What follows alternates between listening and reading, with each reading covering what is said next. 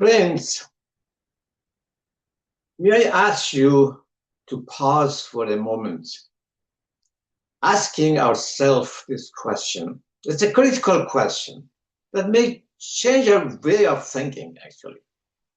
Today, in today's advanced technology of communication and extensive use of AI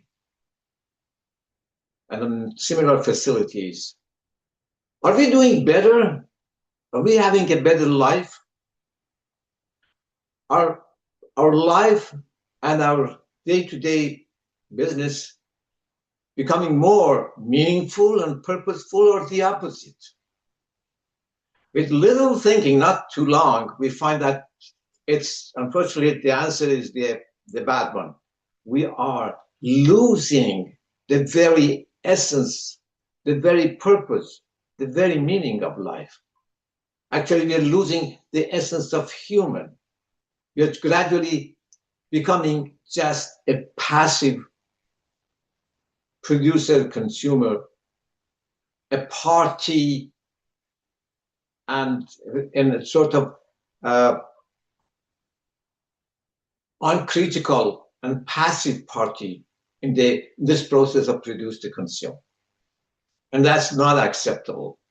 Let's keep in mind that our life has two separate levels or dimensions, and we are using the main one. There's a primitive one, which is what all living things do, from ant to lion, human, and that's self-preservation. Well, that's not really enchanting. It's not human life. It's just surviving. The other one is human life with transcendence, with growth, with becoming more human, exploring ourselves, realizing how we are in control even in the universe by our mind. That part is precious part of life, and that is missing, that's disappearing. We are becoming just tools, objects in the system. And you will wonder why. Because of our own fault individually? Not really, that's the problem. And there's a good news to reverse it, because it is not you and me, it's a culture. And of course, the culture is not coming from heaven, it's man-made and it should be corrected. Our culture now becoming a living thing, a creature, a gigantic creature that has control in our mind.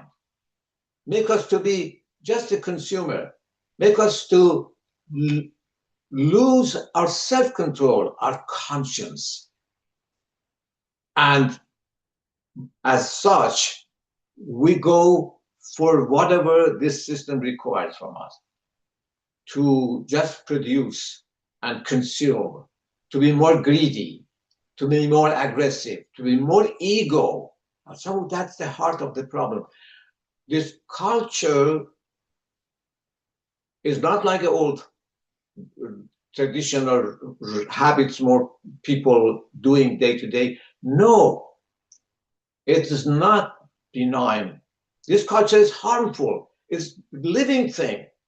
It is network of numerous small and large groups, corporations, companies, multinational corporations, associations, political parties, and name it, all those together that are running the life of us.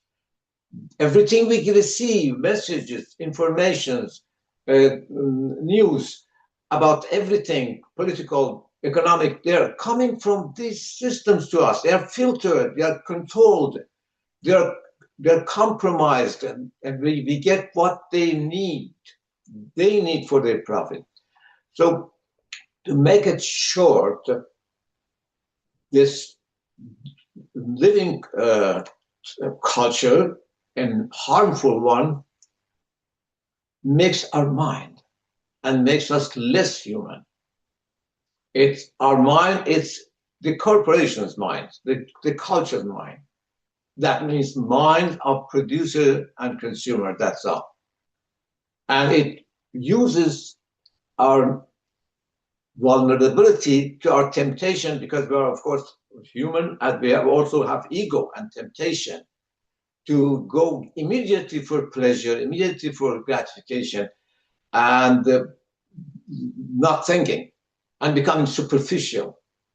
And that's what they get the profit, to make us more, to consume just mindlessly, thoughtlessly. So that's what happens. And it comes to the level that we are no longer human. We lose those very essence of our feeling of compassion and altruism and caring for others and pure heart, pure love. And that replaces by hypocrisies, by white lies, by empty promises, by becoming irresponsible, and then becomes the problem of our security system, that every day we have the fear of being attacked by cyber attack, school violence, domestic violence, child abuse, juvenile crime, and many others. We are in a state of fear, because when those principal noble human values are attacked, then there is no hope for the future of mankind. So, and then life becomes absolutely purposeless, empty. But these are maybe depressing news, but these are the realities, and it's not your fault, not any single person's fault. It is just because we happen to be in the grip of this type of culture, this monster. Now,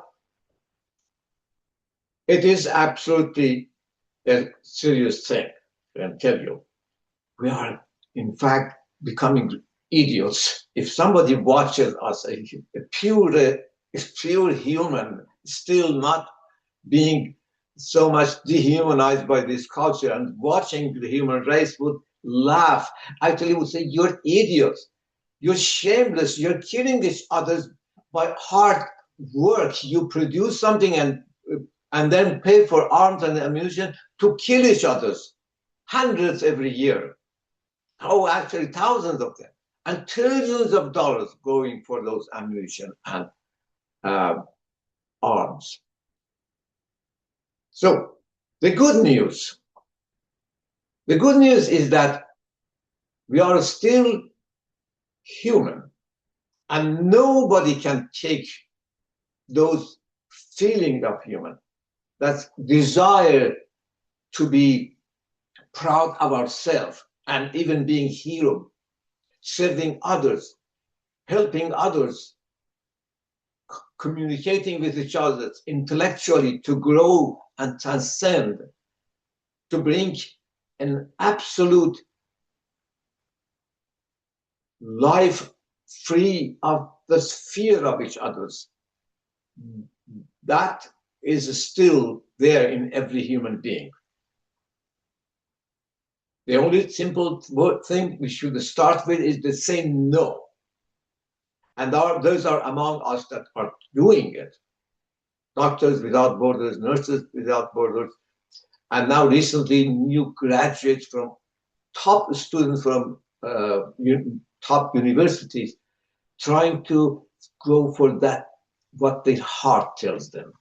Serving others, which is actually the best serve to themselves, to explore themselves, to finding how great they are. And that's where the joy comes, the real self-satisfaction comes.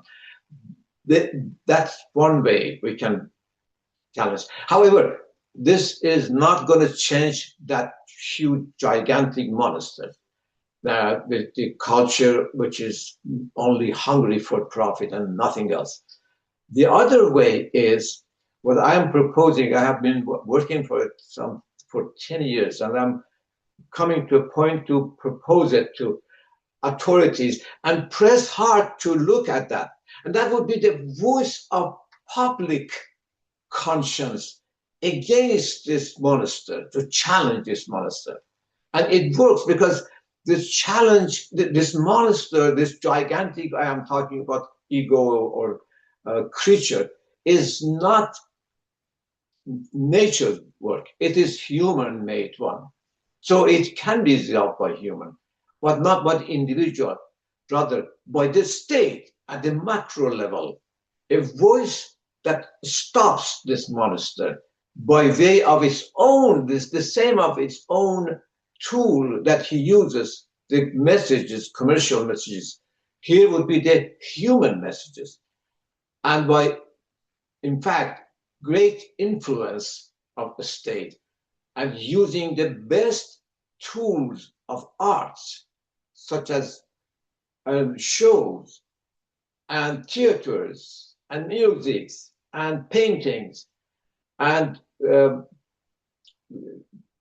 conferences, debates, lectures, all intellectual tools, facilities to promote and persuade the essence of human against that essence of, just the monster of ego, of that gigantic ego, and bring the balance. We are not saying that, none of us, that we should be just absolutely an angel. We can't. Part of us is from animal kingdom, and that's our ego. We are wishing for a healthy, good balance.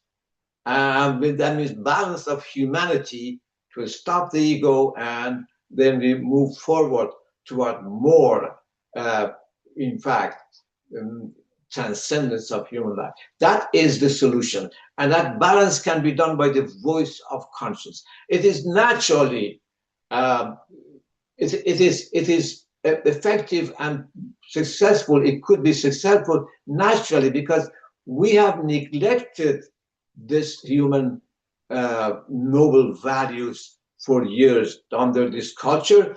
And the same as the law of entropy, which is the law of thermodynamic that can apply to any other areas, that when something is not cared for, used, repaired, maintained, upheld, then it will gradually lose and decompose or fall apart.